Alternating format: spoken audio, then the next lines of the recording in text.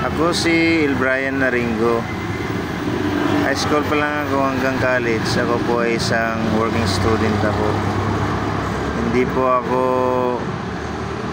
umaasa sa mga magulang ko. Kasi alam ko mahirap lang din kami. Wala silang panggusto sa pag-aaral ko.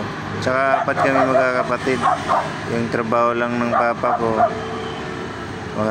maghakot ng buhangin, kung ano nung ginagawa niya, karpentero, mangingisda, kahit ano, basta magkapera lang kami.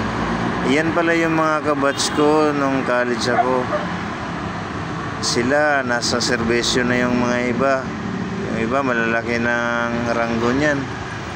Ako, lumalaban pa rin.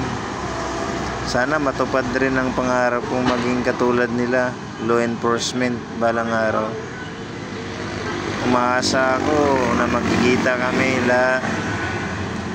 at makikilala pa nila ako kahit nasa katayuan na sila, nasa serbisyo na sila.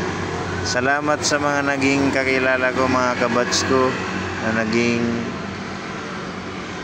suporta sa akin sa lahat ng ginagawa namin sa project, kung ano-ano pa. Salamat guys sa inyong alaala. Thank you.